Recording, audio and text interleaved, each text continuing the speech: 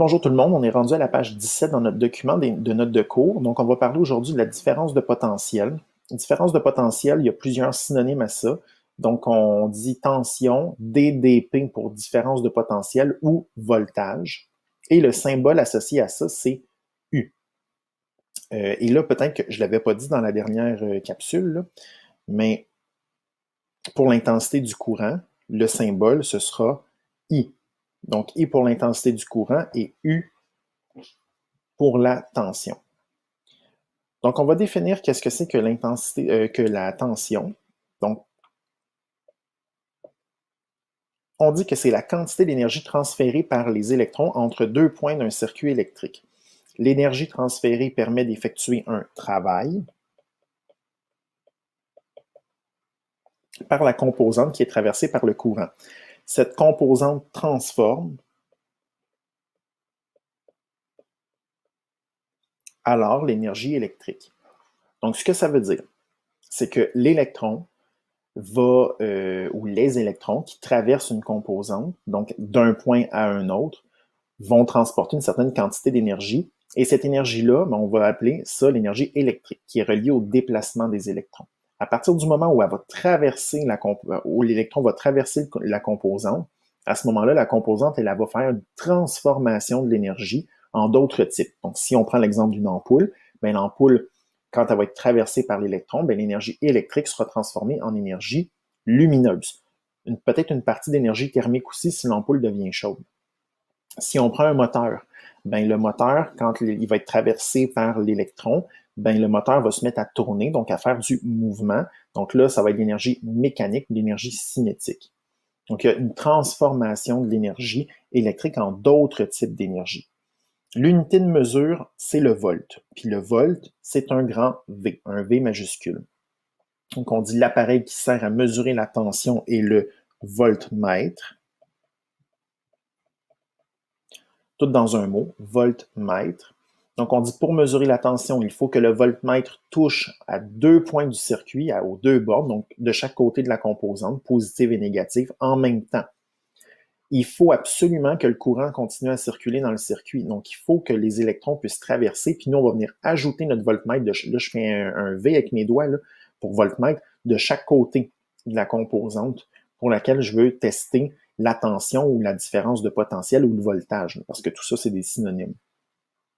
Donc, il ne faut pas séparer le circuit pour intégrer le voltmètre. Là. Il faut faire notre circuit est branché, et là, on va aller ajouter notre voltmètre par après de chaque côté de la composante.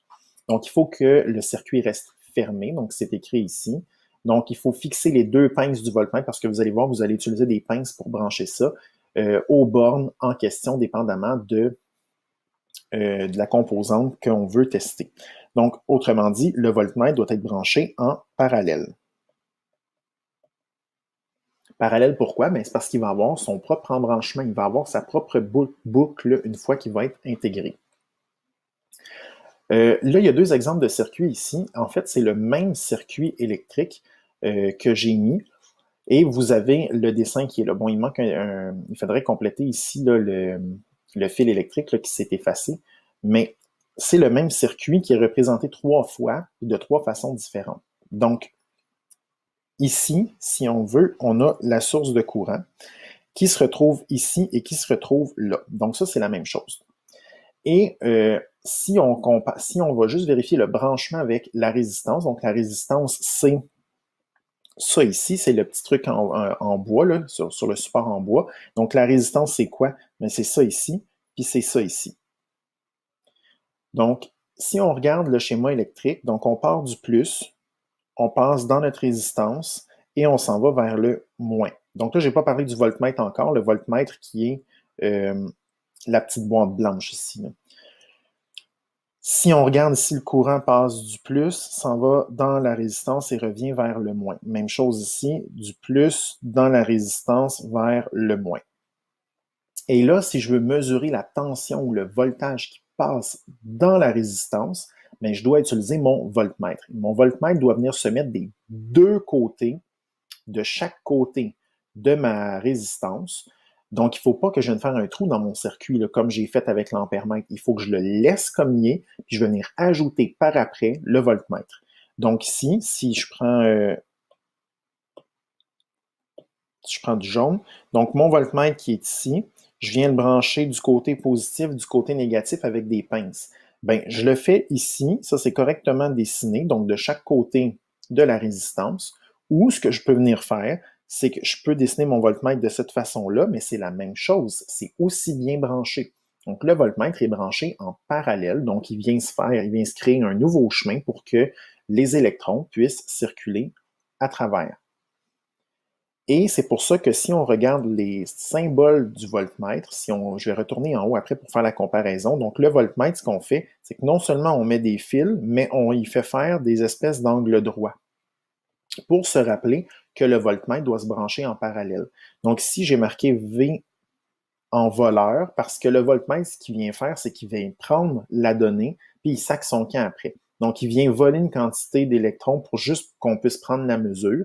Puis une fois qu'on a fini de prendre notre mesure, on l'enlève, puis notre circuit n'a jamais été détruit. Donc, le voltmètre, lui, là, il peut se promener dans le circuit pour aller tester les tensions, c'est-à-dire de courant qui passent dans les composantes. Si je reviens en haut, juste pour revenir au symbole, donc ici, j'ai mon voltmètre, puis ici, j'ai mon ampèremètre. Donc, un V majuscule encerclé pour un voltmètre, et vous voyez ici les deux petites branches qui signifient qu'on le branche en parallèle. Et l'ampèremètre, ben, c'est un A majuscule encerclé, et là, lui, il n'y a pas de petite branche, ça veut dire que je viens de l'intégrer dans mon circuit en série. Donc, je retourne en bas de la page 17, il nous reste une dernière variable, si on veut, pour un peu conclure l'introduction par rapport à l'électricité dynamique avant qu'on puisse faire des laboratoires, c'est la résistance. Donc, la résistance, son symbole, c'est R. Donc, je pense que vous êtes capable de figurer un petit peu à quoi ça sert la résistance ou qu'est-ce que c'est. Donc, on dit c'est la capacité d'une composante d'un circuit à ralentir. Là, j'ai peut-être fait une erreur ici, c'est à ralentir le passage du courant électrique. Donc, ce que ça va faire, c'est que ça va ralentir les électrons quand ils vont passer dans le circuit. Donc, on dit que la résistance est une propriété caractéristique. Pourquoi? Parce que dépendamment de la substance qu'on va utiliser pour faire voyager l'électricité, donc si c'est du métal ou même tous les métaux n'ont pas la même conductibilité électrique, donc ils vont être plus ou moins résistants. Donc, la résistance nous permet d'identifier un matériau en tant que tel, un matériau conducteur. L'unité de mesure, ce sont les ohms. Ohms qu'on symbolise avec la lettre grecque oméga, qui est une espèce de fer à cheval. Donc oui, c'est spécial. Et on dit que l'appareil de mesure qui sert à mesurer la résistance est l'ohmmètre. L'ohmmètre, O-H-M, E accent grave, T-R-E. Donc, l'ohmmètre. Et finalement, ça termine la capsule que je voulais faire aujourd'hui. Donc là, on a vu jusqu'à maintenant 3 variables. Il y en aura d'autres, mais pour l'instant, c'est suffisant. Ce qu'on va faire, c'est que peut-être avant de partir pour les vacances, on va peut-être avoir le temps de commencer des calculs. Mais ces trois variables-là vont nous permettre de faire des calculs en électricité. Donc, je vous rappelle qu'on a vu l'intensité du courant I, c'est son symbole, qui se mesure en ampères. On a vu la tension U, qu'on peut aussi appeler voltage ou différence de potentiel, ou DDP si on est paresseux. Son symbole, c'est U, et son unité de mesure, c'est volt, V. Et on vient de voir la résistance. La résistance, c'est R, son symbole, et se mesure en ohms, donc le petit fer à cheval, pour son unité de mesure. Et ça, ben, ça termine la capsule d'aujourd'hui sur l'électricité. Et là, ben, vous avez toutes les notions nécessaires pour qu'on puisse commencer à faire des laboratoires. Donc là-dessus, on se retrouve soit en classe ou soit à distance. Je vous souhaite une belle journée. Bye!